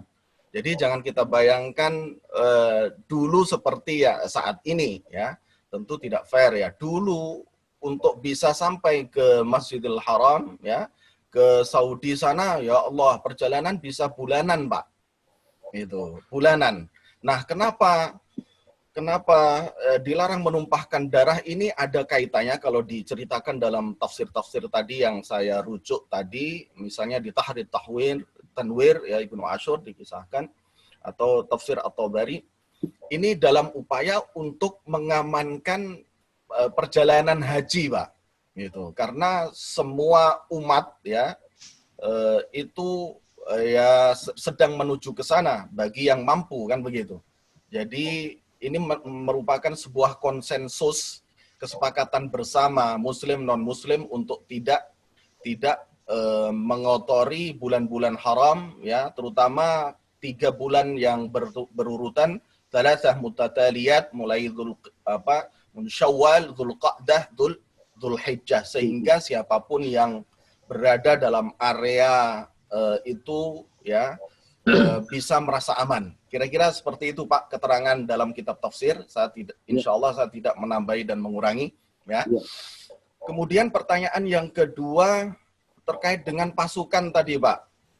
Ya jelas hukum ini Pak, hukum ini atau membunuh wala taqtulun nafsal lati harramallahu illa bil haqq, ya. Jangan kalian menumpahkan darah atau membunuh jiwa yang wala taqtulun nafsal lati harramallahu, yang diharamkan untuk dibunuh illa bil haqq, kecuali atas dasar sebuah alasan yang ditentukan oleh syara, ya. Tentu khitab ini berlaku untuk kita muslim Pak. Dalam ayat yang lain dikatakan faka'annama qatalan nasa jami'a, ya. Jadi ketika kita membunuh satu orang saja itu diibaratkan kita membunuh banyak orang, dan betapa nyawa dalam syariat Islam itu merupakan prioritas Pak. Sehingga kalau kita rujuk ya Maqasidus Syariah versi Syatibi atau versi Al-Ghazali, di sana Maqasidus Syariah, maksud dan tujuan syariat ini ditetapkan yang pertama adalah hifdzun nafas Pak. Hifdzun nafas, menjaga jiwa. Makanya bahkan kita boleh mengkonsumsi babi Pak yang jelas-jelas haram kalau nyawa kita terancam. Artinya apa? Hifdzun nafs, menjaga, dia membunuh ya qisas, dia harus dibunuh, kan begitu Pak kira-kira. Jadi saya pikir agak kurang relevan kalau Bapak mencontohkan kasus di Irak gitu ya. Mereka non muslim Pak. Kalau kita baca sejarah tadi sudah saya kemukakan, di mana kita dalam berperang itu kalau nggak diserang duluan nggak boleh menyerang. Udina lilladzina yuqataluna bi annahum zulimu. Jadi kita sifatnya defensif Pak, bukan ofensif gitu ya. Itu pun harus mematuhi sekian banyak peraturan gitu. Berbeda dengan mereka yang memusuhi kita, siapapun itu ya. Waduh, itu awut-awutan tuh ya, brutal perangnya itu ya. Kira-kira seperti itu ya. Kita nggak bisa mendasarkan hukum mereka, hukumnya bagaimana? Namanya non muslim. Jadi nggak ada aturan, nggak ada syariat di mereka. Itu kira-kira. Dan yang terakhir Pak Reddy Subekti tadi tentang apa ya Pak ya? Tentang mengawini kaum ahli kitab, wanita. Ya, ahli kitab. Jadi ada salah satu ayat di Ali Imran kalau tidak salah Pak, laisu sawa'a. Jadi waktu itu semua ahlul kitab itu digenerate oleh para sahabat semua sama. Kemudian turun ayat laisu sawa'a. Ya, ahlul kitab itu ya nggak semua begitu ya. Minhum ummatun qa'imatu yatluna ayatillahi ana al-laili wa hum yasjudun. Yu'minuna billahi wal yawmil akhir wa ya'muruna bil ma'ruf wa yanhauna 'anil munkari wa yusari'una fil khairat. Ini adalah kriteria ahlul kitab yang boleh dinikahi dalam ayat yang Bapak sebut tadi, gitu ya. Adakah, pertanyaannya, adakah yang seperti itu, Pak? Minhum ummatun qa'imatu yatluna ayatillah. Yang mereka membaca dan konsisten mengkaji kitab-kitab Allah, mengakui kitab-kitab terdahulu, ya. Dari situ saja, adakah kitab terdahulu sebelum Al-Quran yang masih orisinal saat ini, Pak? Mungkin pada zaman Nabi bisa jadi masih ada ya. Misalnya pamannya Khadijah, Waraqah bin Naufal itu disebut sebagai ahlul kitab yang hafal Taurat gitu misalnya ya. Nah, kriteria ahlul kitab ini yang boleh dinikahi, Pak. Ada nggak? Yu'minuna billahi wal yaumil akhiri wa ya'muruna bil ma'ruf wa yanhauna 'anil munkari wa yusari'una fil khairat. Kurang lebih substansinya sama dengan syariat kita. Pertanyaan besarnya, ya masih adakah gitu ya. Jujur saya sendiri belum pernah menemui ya, baik secara fisik atau misalnya saya baca artikel ada sekelompok non muslim yang sama ya akidahnya dengan kita, begitu kira-kira. Saya belum pernah menemui ya. Boleh Bapak tunjukkan kalau ada. Tapi baik, bukankah Pak Ustadz, bukankah bahwa pada saat Nabi Rasulullah hidup itu ahli kitab sudah mengakui Tuhan itu 3. Jadi Tuhan Bapa, Tuhan Yesus, itu mereka sudah mengakui itu. Lah iya Pak, laisu sawa'a ini dijawab oleh Al-Quran Pak. Mereka nggak sama semuanya. ada bagian ahlul kitab yang minhum ummat. Ini Al-Quran, Pak. Al-Quran yang menjawab sendiri, meskipun mereka mengakuinya gitu. Tapi tidak semuanya. Ada bagian kecil ya, minhum di antara mereka. Ummatun, masih ada sekelompok ahlul kitab yang qaimatu yatluna ayatillah, yang masih berpegang teguh pada syariat-syariat Nabi terdahulu secara orisinil, Pak. Gitu ya. Ini dikonfrontir sendiri oleh Al-Quran. Gitu, Pak ya. Baik, Pak. Ya, baik. Ya, mudah-mudahan bisa menjawab, Pak, ya. Baik, Bapak Ibu, karena waktunya sudah habis dan Pak Ustadz juga mau ke Kuningan, Pak Ustadz ya? Iya, Pak. Iya, Ustadz. Ya, Dan kita juga ya, mohon maaf semua, saya tidak bisa bergabung sampai akhir, Bapak Ibu. Ada pengajian yang harus saya hadiri secara offline. Ya. Baik, terima kasih. Ya. Ya, mohon maaf bagi yang tidak terjawab pertanyaannya, nanti bisa lewat langsung ke Pak Ustadz. Bapak dan Ibu yang dirahmati Allah, marilah kita tutup dengan doa bersama-sama yang akan dipimpin oleh Ustadz dan kita mengaminkannya. Silakan Pak Ustadz untuk memimpin doa. Baik, mari kita tutup kajian kita dengan membaca doa bersama. Ala hadiniyah wa ala kunyatin salihah hadratin Mustafa Muhammad sallallahu alaihi wasallam. Syaudillahi dan al-Fatihah. A'udzu billahi minasyaitonir rajim. Bismillahirrahmanirrahim. Alhamdulillahi rabbil alamin arrahmanir rahim maliki yaumiddin. Iyyaka na'budu wa iyyaka nasta'in. Ihdinas siratal mustaqim. Siratal ladzina an'amta 'alaihim ghairil maghdubi 'alaihim waladdallin. Amin. Alhamdulillahi rabbil alamin. اللهم صل على سيدنا محمد طب القلوب ودوائها وعافية الأبدان وشفائها ونور الأبصار وضيائها وعلى آله وصحبه وسلم. اللهم إنا نسألك سلامة في الدين وعافية في الجسد وزيادة في العلم وبركة في الرزق وتوبة قبل الموت ورحمة عند الموت ومغفرة بعد الموت. اللهم هون علينا في سكرات الموت والنجاة من النار والعفو عند الحساب. ربنا لا تزغ قلوبنا بعد إذ هديتنا وهب لنا من لدنك رحمة إنك أنت الوهاب. اللهم اجعل القرآن لنا ولأهلنا في الدنيا قرينا وفي القبر مونسا وفي القيامة شفيعا وعلى الصراط نورا وفي الجنة رفيقا ومن النار سترا وحجابا. اللهم اجعلنا وذريتنا من أهل القرآن والعلم والخير ولا تجعلهم وإيانا من أهل الشر والضير. ربنا هب لنا من أزواجنا وذرياتنا قرة أعين واجعلنا للمتقين إماما. اللهم انفعنا بما علمتنا وعلمنا بما ينفعنا وزدنا علما. اللهم إنا نعوذ بك من علم لا ينفع وقلب لا يخشع وعمل لا يرفع ودعاء لا يسمع ولا يستجاب منها. ربنا تقبل منا إنك أنت السميع العليم وتب علينا إنك أنت التواب الرحيم. اللهم اجعل جمعنا هذا جمعا مرحوما وتفرقنا من بعده تفرقا معصوما. ربنا آتنا في الدنيا حسنة وفي الآخرة حسنة وقنا عذاب النار. وصلى الله على سيدنا محمد وعلى آله وصحبه أجمعين. سبحان ربك رب العزة عما يصفون وسلام على المرسلين والحمد لله رب العالمين. Baik, terima kasih. Amin, amin, ya rabbal alamin. Terima kasih Pak Ustadz atas doanya. Terima kasih. Sama-sama, Pak. Pak Ustadz, ini Profesor Beta sudah masuk. Kalau mau disapa, silakan. Oh, iya. Ibu Prof. Ternyata alhamdulillah nih. Kenal dengan... Assalamualaikum, Bu Prof.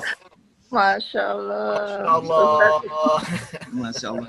Ini udah dari tadi, tapi namanya Umi. Jadi saya baru tahu. Silakan. Waalaikumsalam, Bu Prof. Profesor. Gimana? Masih kena lockdown di sana ya? Iya, alhamdulillah. Alhamdulillah. Semua Gimana? Sehat, Bu Masya Allah, Beta? alhamdulillah. Ustaz Ya. sehat ya? Alhamdulillah sehat. Ya. Semoga biasanya- semua sehat. Bu. Iya, Iya. alhamdulillah. Belum bisa kemana-mana, alhamdulillah nih Ustaz. Oh gitu. Kampus sudah buka kabarnya, Bu ya? Sudah, tapi sekolah kuliah student masih online semua. Oh, masih online semuanya. Baik, Iya. masih sama dengan di Oh. sini. Iya. Ustaz mau jalan-jalan lagi nih. Oh iya. Ya. Iya, mohon Terima maaf kasih, belum bisa bergabung Nggak sampai apa-apa. akhir. Hari Iya. ini kan ngobrol-ngobrol aja Ustaz. Oh, nggih, monggo. Iya. Tadi juga ada dibahas tentang yas'alunaka 'anil khamri wal maisir. ya. Jadi mohon Prof Beta bisa meneruskan diskusi kita tadi ya. Jangan. Mengenai makanan halal nih, room nih. Ini takhususnya Prof Beta nih. Masya Allah, dua sahabat ketemu di kajian online ini ya, tanpa Masya Allah, janjian ya. tabarakallah. Lama Ya, nggak jumpa alhamdulillah. Saya Ustaz. bilang Masya Pak Allah. Ziyad kenal Profesor Beta, dua-duanya kenal. Alhamdulillah nanti kita ketemu pagi ini. Alhamdulillah. Iya, ya. Alhamdulillah, Masya Allah. Alhamdulillah. Terima Oke. kasih atas kehadirannya nih. Tadi udah masuk lama, tapi namanya beda jadi Profesor Beta. Iya. Terima Baik. kasih Ustaz ilmunya. Wah, ikut harus jadi santrinya setiap hari. Ay, Masya Allah. apa? Alhamdulillah. Kita juga masih belajar Bu Prof nih. Ya. Mohon Ustaz. mohon diingatkan kalau ada yang salah. Subhanallah, tabarakallah. Ya, amin amin Wa amin. fawqa Masya Allah. kulli ilmin alim. Kita semua belajar Ustaz. Iya, Alhamdulillah. iya. Jazakumullah khairan Ya, Ustaz. amin amin wa iyyakum jami'an insyaallah. Ini diterangkan sedikit aja nih, Pak Ustadz kita sedang ngambil S3 Pak ya. Ya, alhamdulillah. Alhamdulillah sudah selesai dan Sudah mestinya selesai. Oh sudah selesai di Malaysia sudah Pak ya. tahun ini karena tidak bisa ya. Masya Allah. Ya, alhamdulillah. Oke, ini kita sekarang segmennya jalan-jalan nih Ustadz nih. Alhamdulillah ketemu sahabat-sahabat di Malaysia, ada Profesor Beta, ada juga Mas Didik ya, udah on juga ya, Mas Dery. Mas Dery, ini nanti sebutnya Bang Dery ini. Bisa saya buat Pak Fadian. Ya. Kita tutup dulu ya yang untuk kajian. Oh, boleh, silakan. Baik, Bapak Ibu. Sebelum saya tutup kajian ini, ada sedikit lagi pengumuman, yaitu Masjid Raya Pondok Indah bekerjasama dengan Kejang Subuh, insya Allah akan mengadakan kajian fikih waris dan harta keluarga dengan judul wasiat, waris, wakaf, hibah, hadiah, sodakoh dan infak. Silakan nanti bagi yang ingin daftar bisa menghubungi 0811 17 30 114. Dan mengingatkan juga untuk yang kajian dah Iqra, karena waktunya sudah mepet, maka silakan untuk segera melakukan pendaftaran. Dengan kalau ada yang kurang jelas mungkin akan silakan dihubungi koordinatornya Pak Haji Edi Cahyono, atau barangkali Pak Haji Edi ada sedikit yang mau disampaikan. Assalamualaikum warahmatullahi wabarakatuh. Waalaikumsalam warahmatullahi wabarakatuh. Ya. Bapak-bapak, ibu-ibu, pejuang subuh yang kami hormati, rahimakumullah. Saya hanya sedikit sharing acara bedah Iqra bersama Ustadz Kiai Haji Armisi, yaitu merupakan program kami untuk membantu para bapak-bapak, ibu-ibu untuk mempercepat dan mempermudah bacaan Al-Quran serta tartil. Dan kami mencoba selama 4 kali pertemuan. Untuk itu, karena keterbatasan kelas nantinya secara online, kami mohonkan yang berminat dan ingin belajar mempercepat bacaan Al-Quran, kami persilahkan untuk mendaftar langsung di admin kita. Terima kasih, semoga Allah Subhanahu wa Ta'ala memberikan kesehatan, kemudian kita dan mendapatkan syafaat dalam mempelajari ilmu Al-Quran. Terima kasih. Wassalamualaikum warahmatullahi wabarakatuh. Waalaikumsalam warahmatullahi wabarakatuh. Baik Bapak Ibu jamaah pejuang subuh yang dirahmati Allah. Demikianlah kajian kita pada pagi hari ini. Semoga apa yang telah disampaikan oleh guru kita bermanfaat untuk kita semua dan dapat mengamalkannya dalam kehidupan kita semua. Kepada guru kita kami ucapkan terima kasih. Jazakumullah khairan Ustaz. Amin wa iyyakum Semoga jami'an. sehat selalu. Ya, amin. Semoga semua sehat semuanya. Dijaga dijaga oleh Allah dari wabah ini. Sehat Amin, semuanya, Pak. Amin. Bapak Amin. Ibu sekalian. Amin. Lebih kurangnya mohon maaf jika ada salah itu dari saya. Marilah kita tutup kajian kita dengan membaca doa kafaratul majelis.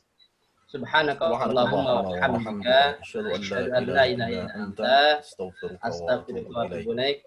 Assalamualaikum warahmatullahi wabarakatuh. Waalaikumsalam warahmatullahi wabarakatuh. Saya mohon pamit dulu Bapak Ibu. Baik Ustaz. Ya, baik. Terima kasih. Mohon maaf bila ada kekurangan.